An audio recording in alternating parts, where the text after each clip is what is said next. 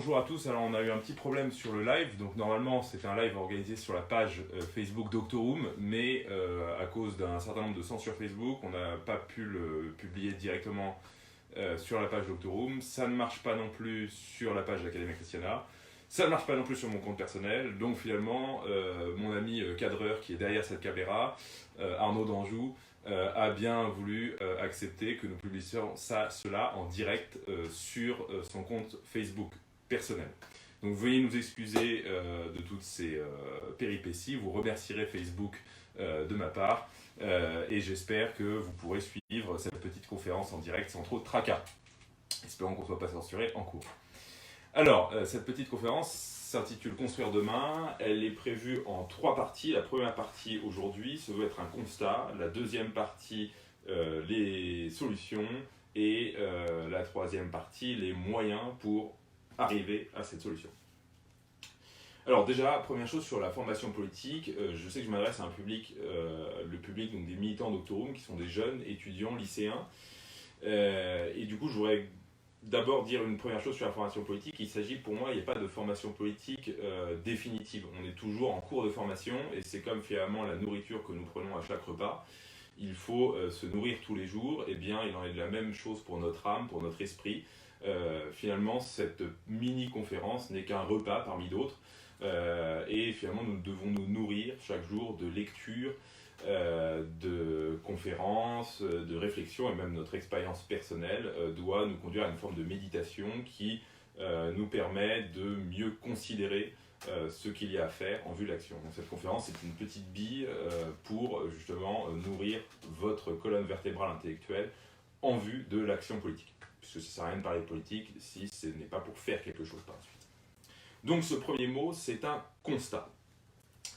Et le premier constat sur lequel j'aimerais m'appuyer, c'est celui des transformations qu'ont subies nos sociétés contemporaines par rapport à l'ensemble de l'histoire de l'humanité. Alors déjà, je dois dire une première chose, il faut bien comprendre que notre monde, à certains égards, ressemble à ce que les anciennes sociétés ont toujours été. Il y a toujours eu de la violence, il y a toujours eu des inégalités, il y a toujours eu depuis que l'humanité existe, de l'esclavage, du viol, de la prostitution, etc., etc. Tous ces mots ne sont pas propres au monde moderne. Ils existent dans des proportions plus ou moins égales à ce qu'elles ont toujours existé, peut-être plus, peut-être moins, je ne sais pas. Les mots propres à la société contemporaine, pour moi, sont d'une autre nature. Et surtout, la différence fondamentale qui existe par rapport aux sociétés anciennes, c'est surtout une différence de proportion. C'est-à-dire qu'en fait, toutes les différentes tendances que je vais développer au cours de ce petit exposé, en fait, ont toujours existé dans la société. Elles se sont simplement, elles ont pris des proportions jamais inégalées jusqu'à présent. Alors, ce constat, il va être en 3 parties. Première partie, le libéralisme et le capitalisme. Deuxième partie, la technique. Et troisième partie, l'aliénation de l'homme moderne. Alors, première partie, le libéralisme et le capitalisme, que j'ai divisé en 2 parties, le libéralisme et le capitalisme. Alors déjà, qu'est-ce que c'est que le libéralisme? C'est un grand changement de société, et pour le comprendre, il faut revenir quelques siècles en arrière, c'est-à-dire sur les guerres de religion. Pourquoi les guerres de religion? Les guerres de religion, elles sont uniques. Elles sont uniques, alors non pas qu'il n'y ait pas déjà eu des guerres de religion avant le protestantisme, mais elles sont uniques parce que elles vont prendre des proportions, encore une fois, totalement nouvelles, et parce que contrairement à une guerre classique qui oppose d'une certaine manière un camp qui correspond plus ou moins à une nation ou à une région, un territoire contre un autre, cette fois-ci c'est une guerre civile, c'est-à-dire une guerre au sein du même camp. Et du coup, ce sont des guerres aussi qui prennent une dimension donc religieuse, idéologique. Alors pour sortir des guerres de religion, il y a 2 solutions. La première, c'est que un camp réduise l'autre d'une certaine manière à l'obéissance, ou la deuxième solution, c'est de trouver un statu quo. Le libéralisme et l'État moderne va prendre le parti du statu quo et ce qu'il va théoriser comme la neutralité. Nous verrons par la suite que cette neutralité n'est en réalité qu'une sorte de fausse neutralité, une sorte de vœu de neutralité, mais qu'en réalité, les choses reprennent une coloration propre par la suite.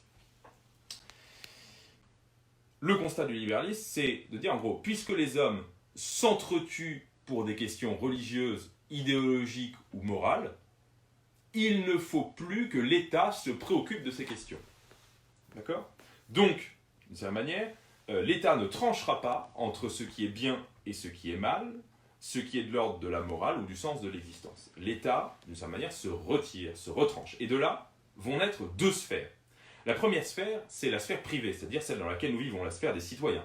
Dans cette sphère privée, les citoyens peuvent jouir paisiblement, comme ils l'entendent, faire ce qu'ils veulent, penser ce qu'ils veulent, croire ce qu'ils veulent, à partir du moment où ils ne cherchent pas à étendre leurs convictions et leur vision du monde au-delà de leur cercle privé et intime. D'accord ? Donc finalement, c'est une liberté, mais une liberté restreinte au champ de sa propre personne. Dès que vous commencez finalement à inculquer vos convictions à votre voisin ou à votre enfant, etc., vous commencez à être une entrave à la liberté d'autrui. Et là, ça, ce n'est plus tolérable dans l'État libéral. Deuxième sphère qui va être créée, donc on a parlé de la sphère privée, c'est la sphère publique. Et cette sphère publique, elle est censée être ce qu'on va appeler axiologiquement neutre, c'est-à-dire qu'elle ne doit proposer aucune vision du bien particulière. Elle doit, de sa manière, se retrancher de la question du bien. Elle ne dira pas ce qui est le bien et ce qui est le mal. Du coup, le politique, à partir de ce moment-là, l'État moderne, l'État libéral moderne, se réduit à une seule question, c'est comment gérer la coexistence plus ou moins harmonieuse, plus ou moins pacifique, de milliers d'individus qui ne pensent pas la même chose sur un territoire donné. Voilà à quoi on pourrait résumer, je dirais, le politique dans l'époque moderne. Autrefois, toute société, elle était l'expression au niveau politique d'un certain nombre de convictions propres à un peuple, à une communauté. Et donc, d'une certaine manière, il n'y avait pas deux sphères, il n'y en avait qu'une seule. On va dire que les choses étaient plutôt organiques, et que la société, au niveau politique, c'était l'expression des buts et des objectifs que se fixait une communauté. Ce vers quoi elle voulait tendre. Aristote dira un télos, une finalité. Cette finalité, c'est ce qu'on appelait autrefois le bien commun. Maintenant, il n'est plus possible de parler de bien commun au sens strict, on va parler plutôt d'intérêt général comme la somme des intérêts privés, et donc du coup qui s'entend uniquement d'un point de vue de la jouissance matérielle et économique. On considère également autrefois qu'il y avait un certain nombre de normes qui s'imposaient aux hommes en raison de leur nature humaine, des sortes de normes transcendantes, ce qu'on va appeler un droit naturel, et qui étaient indiscutables parce que c'était ce qui convenait à la nature humaine, et donc du coup la nature humaine est une sorte de donnée de la nature qu'on ne modifie pas à son gré. Le libéralisme, il part du constat que les sociétés finalement ne sont plus homogènes, qu'il y a trop de gens qui pensent des choses différentes au sein de la société, et donc du coup que finalement la différence, l'expression de ce que l'on pense, ça doit rester dans la sphère privée, et donc du coup les citoyens peuvent faire croire, faire, vivre comme ils veulent à partir du moment où ils ne troublent pas leurs voisins. L'État donc n'imposera aucune forme de croyance à ses citoyens, ils devront simplement respecter la loi commune, qui sera une loi fonctionnelle, et non pas une loi qui a pour but d'élever les hommes dans une direction donnée. Cette résolution du conflit des sociétés, qui va être mise en place par les libéraux, elle pourrait être séduisante si la pratique suivait la théorie. Mais nous allons voir que ce n'est pas le cas. Forcément, à la question « Que préférez-vous entre la guerre et la paix ?», la plupart des gens répondent « la paix ». Que préférez-vous entre une épidémie terrible de coronavirus ou finalement une petite restriction des libertés qui vous permet de finir avec cette épidémie? Tout le monde préfère finalement une petite restriction des libertés. Il en est de même avec le terrorisme, etc. Finalement, c'est une sorte de procédé qui arrive avec la modernité, c'est finalement l'État libéral, c'est un moindre mal. On renonce à un certain nombre de choses en échange finalement de la vie, ou d'une vie relativement paisible, relativement vivable. On renonce effectivement à s'accomplir, à devenir finalement un homme meilleur et vertueux selon une vision que partagerait ensemble la communauté. En échange, on a une certaine forme de tranquillité. Le problème, c'est que la guerre, qui était finalement le spectre que brandissaient les libéraux pour nous faire accepter le type de société qu'ils nous proposent, n'a pas disparu des sociétés libérales. Il ne suffit pas, si vous voulez, de proclamer le libéralisme dans la société pour que tout d'un coup les conflits disparaissent. Le philosophe grec de l'Antiquité présocratique Héraclite disait que la guerre était le père de toute chose. Qu'est-ce que cela veut dire? Premièrement, cela veut dire que le conflit est une des dimensions inhérentes à la nature. À la nature, c'est-à-dire le cosmos, mais aussi la nature humaine. Deuxième chose, le conflit, puisqu'il est le père de toute chose, c'est-à-dire qu'il a une portée finalement de fécondité. Du conflit peut ressortir quelque chose de meilleur que ce qui précédait antérieurement le conflit. On le voit dans la vie de tous les jours, parfois une dispute, alors elle peut se finir de deux manières, soit sur une séparation, et dans ce cas-là finalement le conflit n'est pas fécond, ou au contraire cette séparation peut être dépassée, et on peut d'une certaine manière résoudre les conflits, finalement en ne retombant pas dans les travers du conflit, parce que finalement on a réglé une des causes du conflit. Donc refuser le conflit, c'est d'abord, premièrement, s'aveugler, c'est dire finalement non, le conflit n'existe pas, et deuxièmement, c'est aussi laisser la possibilité que le conflit ressurgissent d'une autre manière, et c'est ça qu'on va voir dans nos sociétés contemporaines. Le conflit sur la morale, le conflit sur la religion, le conflit sur les différentes visions du bien, de l'existence, etc., n'a pas disparu des sociétés libérales, mais il va se régler de façon moins violente dans la plupart des cas. N'oublions pas quand même que la violence existe toujours dans nos sociétés. Il suffit de revenir il y a quelques temps sur l'épisode des Gilets jaunes. On voit bien qu'effectivement l'État a essayé de résoudre ce conflit de manière quand même violente. Deuxièmement, on peut penser aussi à toutes les guerres qu'il y a dans le monde au moment même où nous parlons, et qui souvent, parfois, résultent de cette volonté de l'Empire américain d'imposer son système de pensée, son système marchand, son système économique, son système politique sur l'ensemble de la planète à des peuples parfois récalcitrants. Donc, finalement, on peut refuser le conflit par une porte, il va ressurgir par la fenêtre.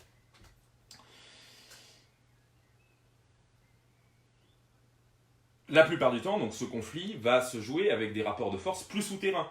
Repensez également aux lois sur le mariage homosexuel. Il y a bien un conflit entre deux visions de la société, deux visions du monde. Et comment est-ce que le conflit triomphe? Faut bien qu'il y en ait finalement un qui triomphe sur l'autre. En l'occurrence, c'est le lobby LGBT qui, grâce à une certaine force de frappe importante en termes d'influence, de puissance financière, médiatique, etc., a réussi à triompher, à faire triompher sa vision.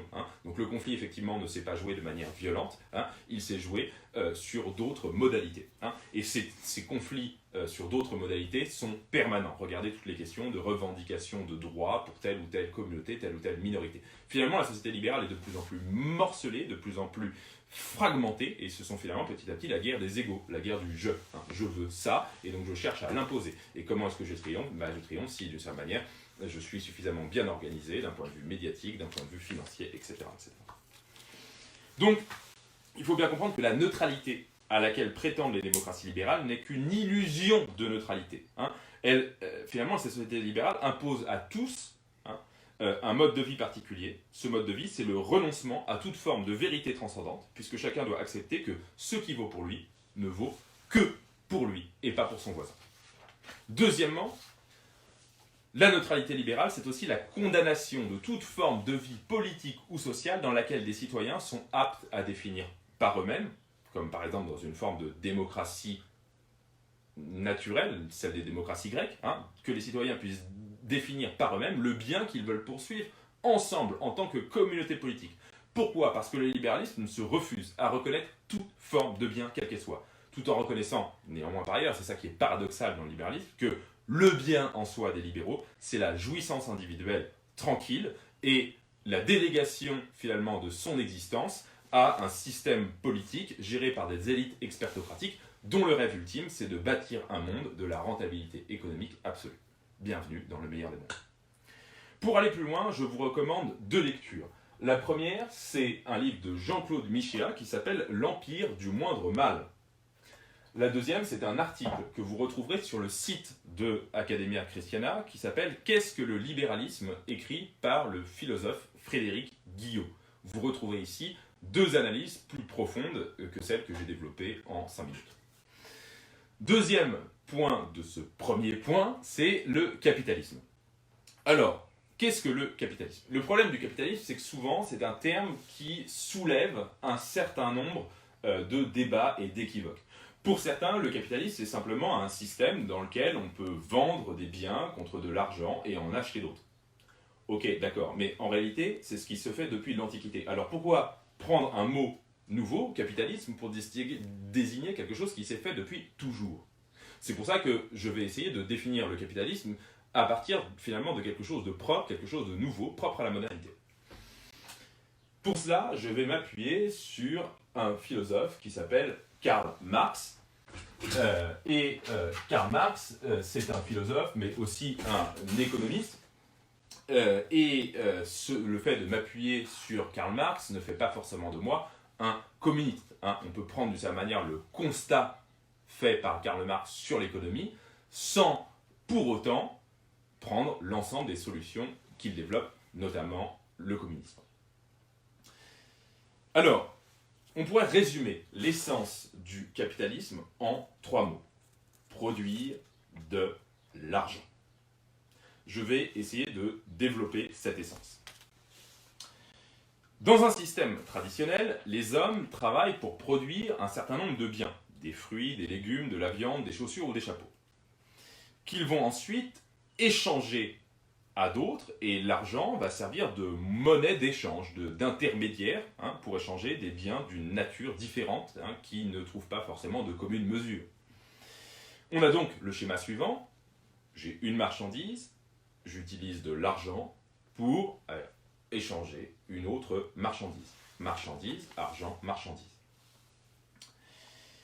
Le travail est bien entendu ce qui permet de donner de la valeur à une chose. Pourquoi est-ce qu'on paye nos pommes de terre sur le marché et qu'on ne s'en sert pas, finalement, qu'on ne les prend pas gratuitement? C'est parce qu'il y a un agriculteur qui les a plantées, qui les a fait pousser, qui les a ramassées et qui les a transportées jusqu'à nous sur la place du marché.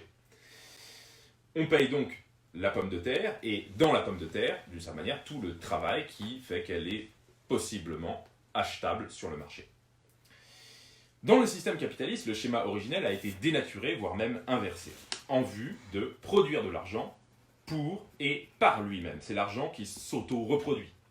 On a donc le schéma suivant, c'est de l'argent qui, par l'intermédiaire d'une marchandise, sert à produire plus d'argent.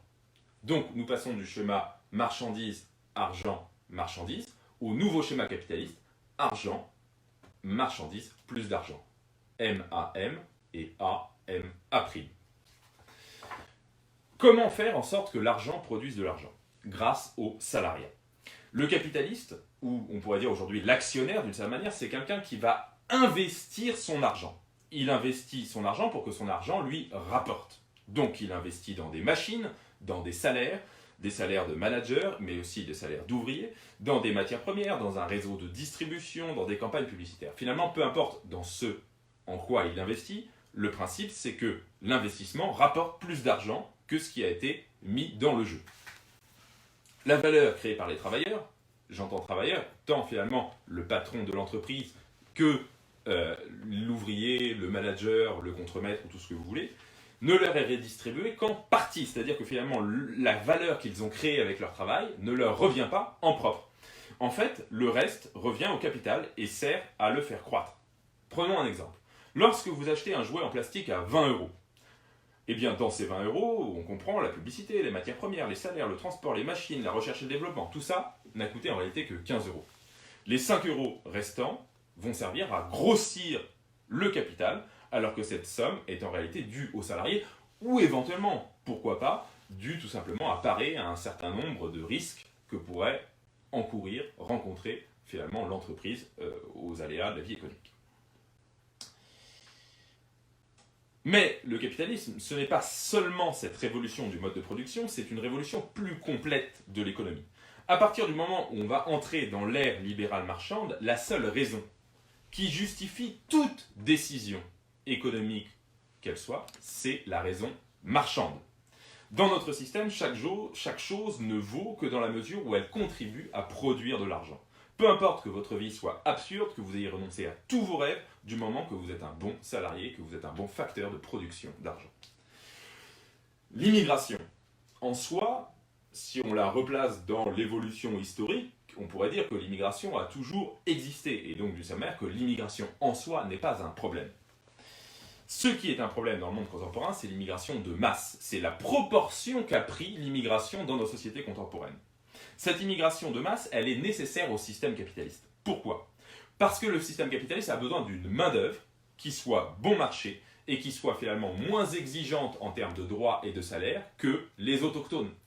Petit à petit, ou dans les débuts du développement du capitalisme, qu'on peut retrouver chez Zola, etc., hein, on voit effectivement qu'il y a un certain nombre de mouvements sociaux qui se sont créés en vue finalement de refuser tout simplement cette exploitation, on pourrait dire, refuser finalement tout ce qui était imposé au salariat. Et que s'est-il passé? Eh bien finalement on a proposé à d'autres travailleurs de pays qui finalement n'avaient rien de venir travailler à la place de ceux des autochtones hein, qui se plaignaient de leurs conditions de travail.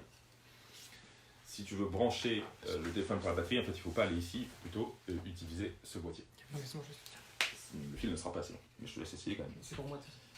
Alors, l'immigration, donc en soi, je veux dire, n'est pas un véritable problème. L'immigration est le fruit, d'une certaine manière, du capitalisme. Hein. Les capitalistes ont fait venir des travailleurs immigrés, prêts à travailler dans des conditions plus médiocres que les travailleurs autochtones. Le deuxième effet de l'immigration, c'est aussi de diluer davantage les identités collectives, de faire rejaillir également le spectre des guerres de religion pour justifier encore davantage la société libérale. Il faut bien comprendre que si l'immigration est aujourd'hui une des menaces majeures de nos sociétés libérales contemporaines, c'est d'une part parce qu'elle menace directement l'homogénéité du peuple, mais aussi sa survie en tant que peuple ayant une identité en tant que communauté. Petit à petit, elle le dilue dans un grand magma, finalement, de consommateurs uniformes. Mais il faut quand même garder à l'esprit qu'elle est aussi un effet du système technico-capitaliste. J'en viens du coup à mon deuxième point, la technique. Qu'est-ce que c'est que la technique?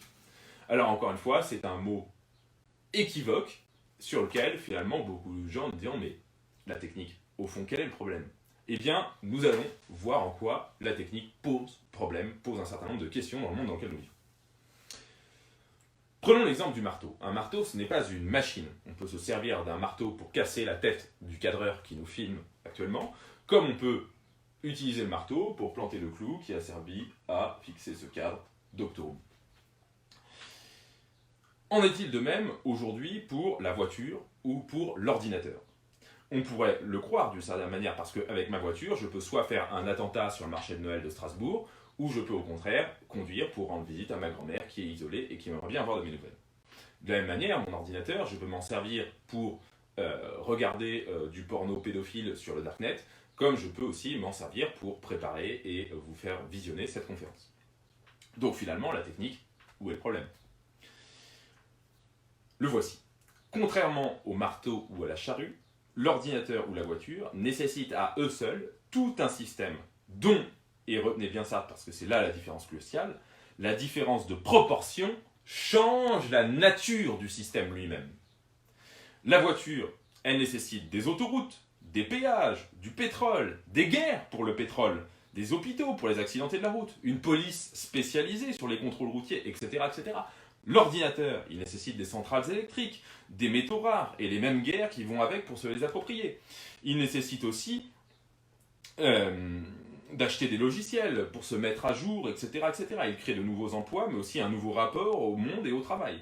Et tout cela, encore une fois, dans des proportions sans aucune mesure avec toutes les inventions qui ont précédé la révolution industrielle. Notre univers a donc été totalement dénaturé par la technique, notre rapport au monde est lui aussi totalement faussé par l'ampleur qu'a pris le système technicien. Pour cela, pour approfondir un petit peu la question, je vous renverrai à un auteur qui s'appelle Jacques Ellul et qui a écrit ce livre, Le système technicien. C'est un livre assez technique, donc si vous ne vous sentez pas forcément d'aborder ce livre premièrement, je vous renverrai tout simplement à un certain nombre de vidéos faites par Jacques Ellul.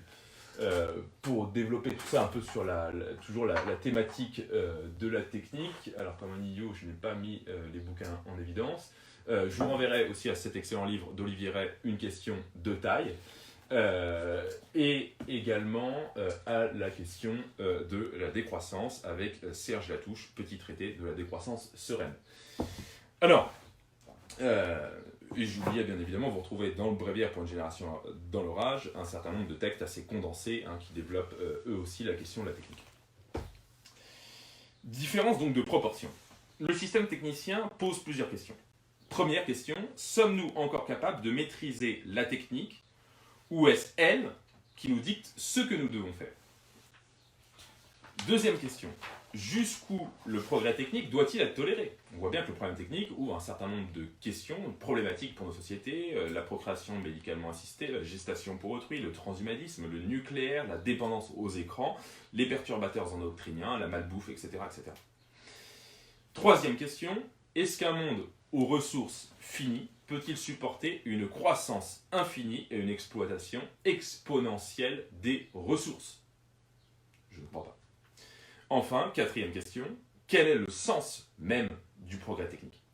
Dans la mesure où finalement, nous produisons aujourd'hui des rasoirs électriques qui nous permettent de nous raser plus vite pour gagner plus de temps pour fabriquer encore plus de rasoirs électriques. Finalement, est-ce que nous avons tant d'intérêt que cela à gagner du temps avec la technique? Je pose la question. J'en viens à ma troisième et dernière partie, la question de l'aliénation de l'homme moderne. Vous l'aurez compris, mes chers amis, toutes ces révolutions ont modifié tellement de paramètres en 2 siècles qu'on peut se demander légitimement si l'homme des sociétés traditionnelles peut être encore comparé avec l'homme des sociétés contemporaines. Alors, en réalité, le changement, ce n'est pas en lui-même le problème, parce qu'un changement peut être un changement mélioratif ou au contraire un changement avec certaines pertes.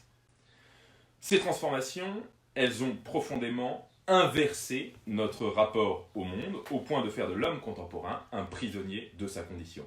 Et encore une fois, ce n'est pas moi qui le dis, bon, je ne trouve pas le bouquin, tant pis pour le montrer, c'est pas grave, c'est le sociologue Max Weber, très attaché à la neutralité scientifique de sa discipline, qui, en parlant du capitalisme des sociétés libérales modernes, parle d'une cage d'acier. Donc, si même Max Weber le dit, on peut dire de sa manière être autorisé à le parler sans forcément que le propos prenne une connotation partisane. Même si de fait il le prend. Alors, si tous nos contemporains ne ressentent pas avec autant d'acuité que nous cette disparition de leur liberté, c'est d'une certaine manière parce que le système a réussi à nous persuader qu'il n'y a pas d'alternative à cette disparition de nos libertés, que finalement notre servitude est un moindre mal, et que celle-ci peut devenir supportable à condition que nous ayons un certain nombre de loisirs et un certain nombre de biens à consommer. Je pourrais vous poser la question, finalement, de quoi vous plaignez-vous? Vous avez du Wi-Fi et du porno. Mais je ne suis pas en train de vous dire finalement que notre condition sur Terre devrait être un paradis.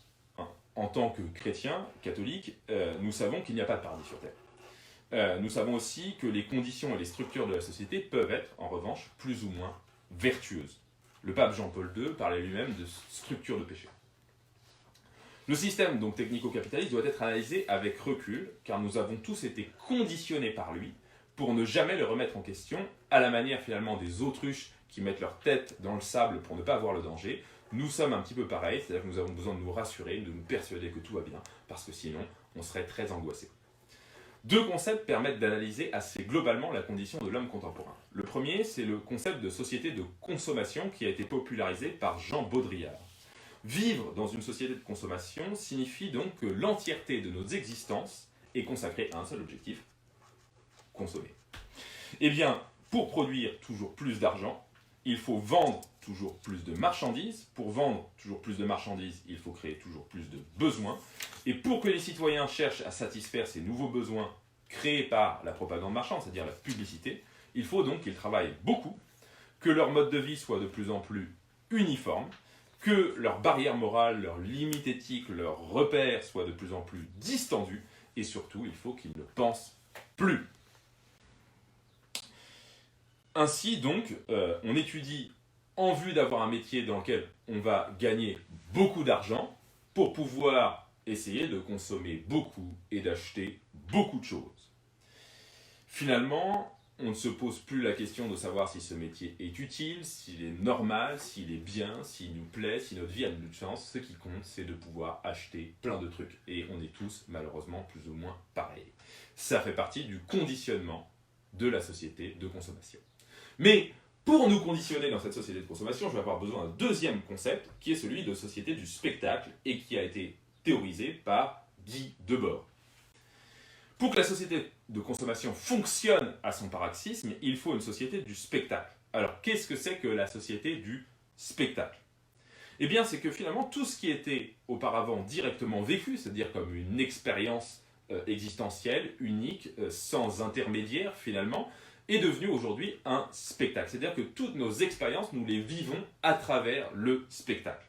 Le spectacle, finalement, ce n'est plus une décoration, un artifice qui se rajoute finalement à l'existence, comme autrefois pouvait l'être le théâtre. Le spectacle, c'est une propagande permanente. Alors, qu'est-ce que c'est que cette propagande permanente dont je vous parle? Je ne suis pas, encore une fois, un complotiste. Il suffit simplement de regarder autour de soi et vous verrez que la propagande est permanente. La propagande, ce sont les médias, c'est la publicité, ce sont les divertissements et aujourd'hui, les réseaux sociaux. Cette propagande, elle a pour but de maintenir la représentation du monde propre à la société de consommation. Il faut, de cette manière, pour que nous soyons dans une société de consommation, que nous ayons une mentalité propre à suivre, d'une certaine manière, les impératifs de cette société de consommation. Pour que nous soyons des consommateurs, il faut que nous soyons dociles. Et pour être dociles, il faut que nous soyons éduqués à ce style de vie. Autrement dit, toutes nos représentations, c'est-à-dire nos manières de concevoir le bonheur, l'amour, la vie, l'honneur, le plaisir, toutes ces représentations, elles ne nous sont pas données, comme elles l'étaient autrefois, par notre éducation, par l'église ou l'école, par un maître, transmises finalement par des êtres humains qui les vivent d'une certaine manière sans intermédiaire. Elles nous sont transmises par le spectacle permanent, c'est-à-dire par la télévision, les médias, la publicité et aujourd'hui les réseaux sociaux. Et d'une certaine manière, par les réseaux sociaux, nous sommes nous-mêmes les acteurs de ce spectacle.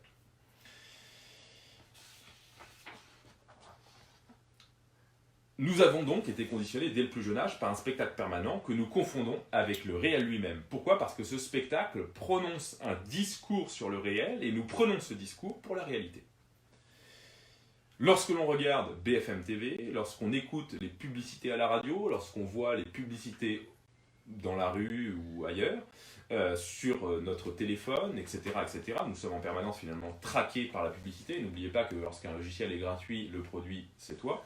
Et donc finalement, nous vivons dans un univers de publicité permanente, auquel il faut ajouter que lorsque nous ne regardons pas des publicités, nous regardons des divertissements, mais ces divertissements incluent eux-mêmes des publicités et donc aussi un discours sur la société. On parle bien, regardez si vous avez déjà observé un certain nombre de séries produites aujourd'hui par l'industrie du spectacle comme Netflix, etc. Vous verrez qu'il y a un certain nombre de modèles de société qui sont véhiculés par ces séries, qu'il y a un certain nombre de marques qui sont portées par les acteurs et que finalement on nous vend un style de vie à travers ces séries télé.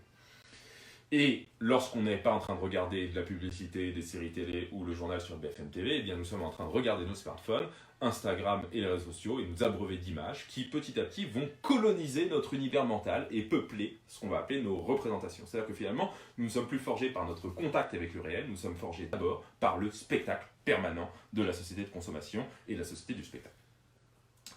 Le but, c'est que nous n'ayons plus de rêves, mais les rêves que la société veut bien nous donner. Que nous ne soyons plus maîtres de nos existences, mais que nous vivions par et pour consommer. Alors pour conclure cette première mini-conférence, j'espère qu'il y aura des personnes qui regarderont la deuxième et la troisième, eh bien j'aimerais vous montrer que l'une des oppositions que nous rencontrons le plus souvent dans notre société d'aujourd'hui sur ces questions se situe d'abord dans le cœur de l'homme et dans les mentalités. Comment se fait-il que certaines personnes soient hostiles à la critique que je viens de développer sur ces questions et que d'autres, au contraire, considèrent cette critique comme impérieuse et la nécessité de changer le monde comme un impératif? Eh bien, je crois que c'est parce qu'il y a au fond deux races d'hommes. Alors, quand je parle de race, ne vous effrayez pas, je ne parle pas de race biologique, vous savez bien qu'elle n'existe pas. Je parle de race ici en termes de mentalité, de tempérament, de caractère. Alors, en fait, on voit que dans l'ancien monde, il existait trois castes, trois ordres dans la société. L'ordre paysan, ceux qui reproduisent la vie. L'ordre, finalement, chevalier, ou l'ordre des soldats, qui défendent la cité. Et puis l'ordre sacerdotal, des hommes qui mettent les autres en relation avec le divin. Cette société, de cette manière, elle était ordonnée, par la caste sacerdotale, à laquelle lui était soumise la caste militaire, et à laquelle lui était soumise la caste des producteurs. Mais au fur et à mesure du développement de l'histoire, une quatrième famille a émergé, c'est ce qu'on appelle le marchand ou le bourgeois. Alors, quand je vous parle de bourgeois, je ne veux pas parler ici du bourgeois dans des termes économiques ou sociologiques, je vous parle plutôt d'une mentalité, d'un esprit bourgeois. Qu'est-ce que c'est que cet esprit bourgeois? C'est finalement une espèce d'homme qui, dans sa nature, son tempérament, sa volonté, est attaché davantage au confort, à la sécurité, à l'opulence, et qui craint le risque, la liberté et le don de soi. Finalement, pour lui, il est préférable de vivre dans une société confortable, sécuritaire et opulente, que vivre dans une société dans laquelle il y a du risque, de la liberté et dans laquelle on doit se donner. Pourquoi notre société est dominée par l'esprit bourgeois? Parce que fondamentalement, la Révolution française, qui a fait des émules un peu partout dans le monde, est fondamentalement une révolution bourgeoise. Finalement, les bourgeois ont pris le pouvoir, ils ont renversé l'ordre ancestral pour finalement dominer les sociétés, pour s'imposer finalement et renverser l'aristocrate. Loin de moi, encore une fois, de vous dépeindre un portrait marxiste de l'histoire et de la société, mais on voit effectivement, si on a le regard un petit peu aiguisé, que cette mentalité bourgeoise s'est emparée de nos sociétés, à tel point que nous-mêmes, tout en pouvant décrier cette mentalité, nous sommes tous, plus ou moins, un peu empreints de cet esprit bourgeois. On n'échappe jamais au type de société dans lequel nous vivons. Finalement, le bourgeois, c'est celui qui préfère l'avoir, et nous devrions, au final, préférer l'être. Il existe, c'est donc deux typologies d'êtres humains, de mentalité dans nos sociétés. Et même si nous ne sommes jamais tout l'un ou tout l'autre, nous sommes quand même toujours plus l'un que l'autre. Donc ce que je vous propose, c'est d'essayer de nous départir de cette mentalité ou de cet état d'esprit pour être prêt à faire sécession avec ce monde d'avant, la société libérale, capitaliste et technique, et faire advenir un autre monde.